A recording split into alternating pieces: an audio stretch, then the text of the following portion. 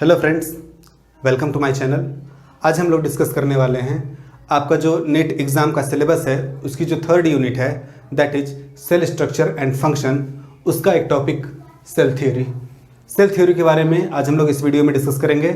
इस वीडियो में हम लोग जानेंगे कि सेल थ्योरी एक्चुअल में है क्या, इसे किसने प्रपोज किया, स्टार्टिंग में इससे क्या क्या पॉइंट्स थे और फर्दर इसमें क्या क्या मॉडिफिकेशंस किए गए, किसने किसने इससे प्रपोज किया, और फिर फाइनली हम डिस्कस करेंगे कि मॉडर्न टाइम में, करंट टाइम में सेल थ्योरी में कौन कौन से पॉइंट्स इंक्लूड किए गए हैं। फाइन, तो आइए डिस्कस करते हैं। Friends, cell theory is actually a historic scientific theory. Means ancient time में, स्टार्टिंग में जब माइक्रोस्कोप डिस्कवर नहीं किया गया था, जब माइक्रोस्कोप के बारे में लोगों को आइडिया नहीं था, तो हम लोगों के कल्पना के बाहर की बात थी, लोगों के कल्पना के बाहर की बात थी कि ऐसी भी कुछ चीज़ें लिविंग हो सकती हैं जो कि हमें दिखाई ना दें। लेकिन जब माइक्रोस्कोप डिस्कवर किया गया, एंटोनी वॉन लीवेनहॉक ने जब माइक्रोस्कोप को इन्वेंट किया, फिर फर्दर जा करके ऐसी कई चीज़ें, ऐसे कई लिविंग ऑर्गेनिजम्स डिस्कवर किए गए जो कि हमें नेकेड आई से नहीं दिखाई पड़ते। फर्दर 1839 में साइंटिस्ट एमजे स्लाइडन ने प्लांट्स के बार्क के सेक्शन में, प्लांट की जो छाल होती है, पेड़ों की छाल, उसके एक पतले सेक्शन काट करके उसको माइक्रोस्कोप के अंडर ऑब्जर्व किया और देखा कि हमें हनी बी टाइप के स्ट्रक्चर्स दिखाई पड़ रहे थे। हनी बी टाइप का जो स्ट्रक्चर होता है फ्रेंड्स, ऐसे स्ट्रक्चर्स उन्हें दिखाई पड़े और ऐसे स्ट्रक्चर्स का उन्होंने नाम दिया सेल्यूली। ओके, सेल्यूली, जिसका मतलब होता है लिटिल हाउस।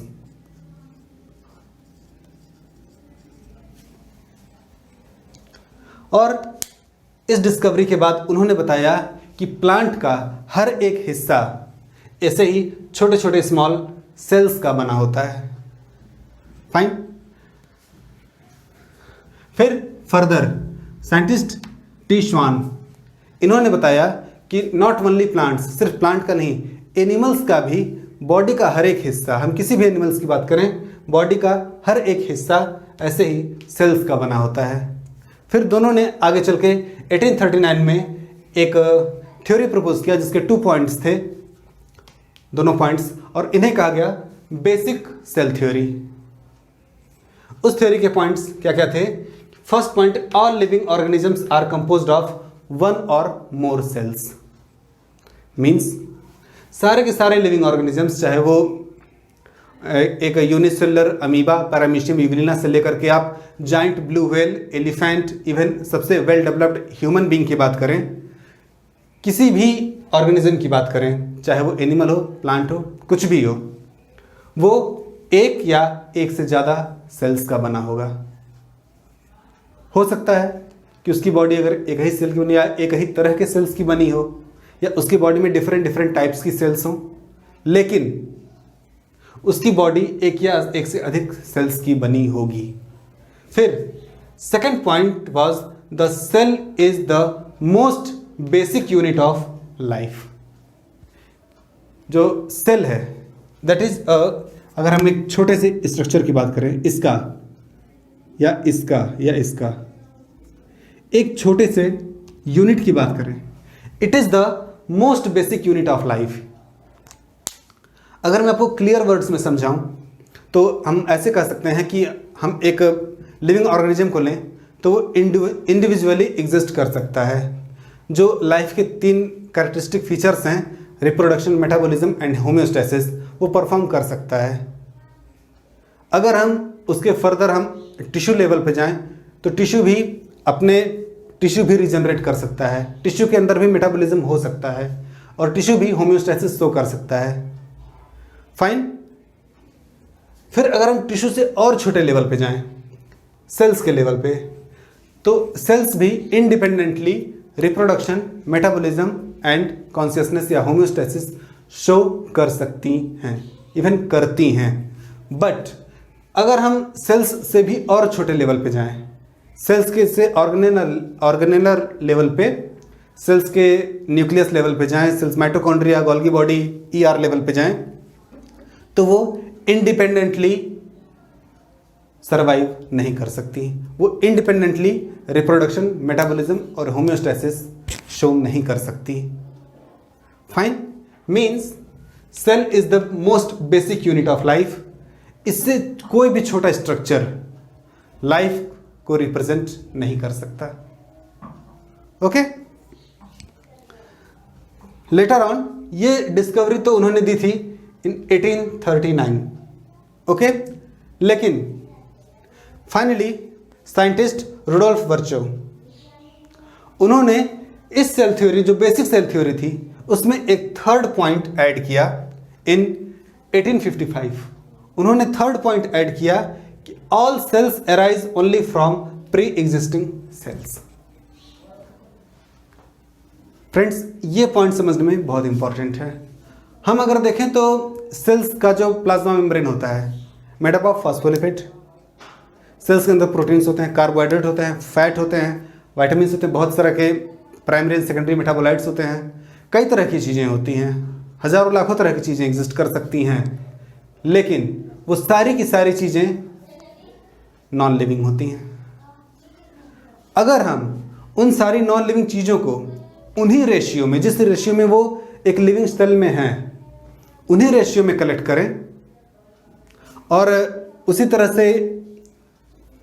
तरह से ऑर्गेनाइज करें जैसा कि वो एक लिविंग सेल में होती हैं, उस ऑर्गेनाइजेशन के बाद भी उसमें लाइफ एग्जिस्ट नहीं कर सकती। मतलब कि सेल्स जिससे जिससे बनी होती है, सेल के जो कंपोनेंट्स हैं, इनएनिमेट कंपोनेंट जो कि नॉन लिविंग कंपोनेंट्स हैं, अगर हम उन्हें कलेक्ट करें और उसी रेशियो में फिर से वापस ऑर्गेनाइज करें, तब भी उसमें रिप्रोडक्शन, मेटाबॉलिज्म और होम्योस्टेसिस की कैपेसिटी नहीं आ सकती। मतलब एक सेल एक प्री एग्जिस्टिंग लिविंग सेल से ही आ सकती है। किसी नॉन लिविंग स्ट्रक्चर से हम एक नई सेल नहीं बना सकते। फाइन, ये था हमारा basic cell theory. Basic cell theory मतलब कि जो कि स्टार्टिंग में स्लाइडेन एंड श्वान और रुडोल्फ वर्चो द्वारा दी गई थी इन 1839 एंड 1855 रिस्पेक्टिवली। अब हम लोग बात करेंगे एडवांस सेल थ्योरी के बारे में। फाइन, आइए फ्रेंड्स, अब हम लोग डिस्कस करते हैं एडवांस्ड सेल थ्योरी। मीन्स जो बेसिक सेल थ्योरी थी उसमें जैसे जैसे टाइम बीतता गया, नई नई डिस्कवरीज होती गई। इस बेसिक सेल थ्योरी में ऐसे कई पॉइंट्स ऐड किए गए और फिर फाइनली हम लोगों ने एक new version of cell theory तैयार की, that is advanced cell theory. इस सेल थ्योरी के भी काफ़ी सारे पॉइंट्स हैं जो कि बेसिक सेल थ्योरी के डिराइव्ड्स हैं और कुछ नए ऐड किए गए हैं। ओके, हम लोग वन बाय वन एक एक पॉइंट डिस्कस करते हैं। First point is all living things are made up of one और मोर सेल्स, जो कि हम लोग पिछली सेल थ्योरी में भी डिस्कस कर चुके हैं कि कोई भी लिविंग ऑर्गेनिज्म हो, चाहे वो यूनिसेलुलर हो, मल्टीसेलुलर हो, एक माइक्रोस्कोपिक ऑर्गेनिज्म हो, माइक्रोस्कोपिक ऑर्गेनिज्म हो, या फिर एक जाइंट ब्लू व्हेल हो, एलिफेंट हो, डेवलप्ड ह्यूमन ऑर्गेनिजम्स हो, कुछ भी हो, वे सब एक या एक से अधिक सेल्स के बने होंगे। एक सेल के बने हुए हैं तो हम कहेंगे unicellular organisms, for example amoeba, paramecium, या पूरा का पूरा एक protozoa kingdom, protozoa phylum. Okay, और अगर वो एक से ज़्यादा सेल्स के बने हुए हैं तो हम उन्हें कहेंगे मल्टीसेलुलर ऑर्गेनिजम्स। दूसरा, all living things arise from pre existing sales by division. Friends, हम लोग ये देख चुके हैं कि सारी सेल्स, जो सेल्स पहले से एग्जिस्ट कर रही हैं, उनसे ही डिराइव होती हैं, लेकिन बाय डिवीजन। ये नया वर्ड लिखा गया, बाय डिवीजन। डिवीजन फ्रेंड्स किस तरह से होता है? माइटोसिस, मियोसिस, और भी बहुत सारे तरीके होते हैं। फ्रेंड्स, अगर हमें सेम नंबर ऑफ क्रोमोसोम्स चाहिए होते हैं तो सेल्स माइटोसिस करती हैं। अगर क्रोमोसोम रिडक्शनल डिवीजन चाहिए होता है तो हम मियोसिस में जाते हैं, सेल्स मियोसिस में जाती हैं। Okay, third point is the cell is the fundamental unit of structure and function in living organisms. Friends, ये दो चीजें हमें समझने की जरूरत है, स्ट्रक्चर एंड फंक्शन, और उसकी यूनिट होती है एक सेल। मैं आपको एक एग्जांपल के तौर पे बताना चाहता हूं कि अगर हम बात करें लीवर की, तो लीवर का जो काम है डिटॉक्सिफिकेशन, बाइल सिंथेसिस और भी बहुत सारी तरह की चीज़ें, वो उसका काम ऐसा स्पेसिफिक क्यों है? क्योंकि liver is made up of hepatocytes, और हिपैटोसाइट्स में ऐसे एंजाइम्स बनते हैं जो कि हमारा वो काम कर सके, जिसके लिए लीवर स्पेसिफिक माना जाता है। ब्रेन हमारा कहा जाता है सोचने के लिए, मेमोरी पावर के लिए, थिंकिंग के लिए। तो ब्रेन में ऐसा क्यों होता है? क्योंकि brains are made up of neurons. Similarly हमारी किडनी फिल्ट्रेशन का काम करती है because it is made up of nephrons. तो किसी एक पर्टिकुलर टिश्यू या पर्टिकुलर ऑर्गन का, या कहें कि पूरे ऑर्गेनिज्म का क्या स्ट्रक्चर और क्या फंक्शन हो सकता है, ये पूरी तरह से डिपेंड करता है कि उसके अंदर कौन कौन सी और किस तरह की सेल्स पाई जाती हैं। Okay, the activity of an organism depends on total activity of independent cells. जैसा कि मैंने पिछली बार कहा कि अगर हम हिपैटोसाइट्स को लेकर के लीवर को रखें एक तरफ, नेफ्रॉन्स को लेकर के किडनी को रखें एक तरफ, न्यूरॉन्स को लेकर के हम ब्रेन को रखें, एल्वियोलाई को लेकर के अपने लंग्स को रखें। ओके, इन तरह की सारी चीज़ों को कलेक्ट करें हम, तो एक पर्टिकुलर ऑर्गेनिज्म की टोटल एक्टिविटी जो भी होगी, डाइजेशन, रेस्पिरेशन, एक्सक्रीशन, सिक्रेशन और भी कई तरह की चीज़ें, वो सारी की सारी डिपेंड करेंगी कि जो इंडिपेंडेंट सेल्स हैं हमारे न्यूरॉन्स पे, नेफ्रॉन्स पे, हिपैटोसाइट्स पे, एल्वियोलाइज पे, एक्सेट्रा।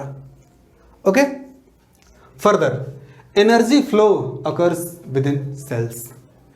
ये बात फ्रेंड्स हम एक वर्ड में कहते हैं metabolism, that is energy flow. बाहर से हम कुछ भी खा रहे हैं, पी रहे हैं, पचा रहे हैं, उससे हम एनर्जी ले रहे हैं, तो ये एनर्जी हमारे एनवायरनमेंट से हमारे सेल्स में आई, राइट। सेल्स, अब अगर हम बात करें प्लांट्स की, तो प्लांट्स क्या करते हैं, बाहर से सनलाइट लेते हैं, अपना फूड बनाते हैं, तो उसमें एक एनर्जी सन से, लीव्स ने फोटोसिंथेसिस के थ्रू एनर्जी एनवायरनमेंट से प्लांट्स में आई। प्लांट्स ने फूड सिंथेसिस किया, स्टार्च बनाया, कई तरह के फर्दर मॉलिक्यूल्स बनाए और उसको कंज्यूम किया उसके ऊपर के लेवल के कंज्यूमर्स ने, जो हमारे हर्बीवोर्स हैं। तो एनर्जी फ्लो कहाँ हुआ? From plants to herbivores. Starting में क्या था? फ्रॉम सन या फ्रॉम एनवायरनमेंट टू प्लांट।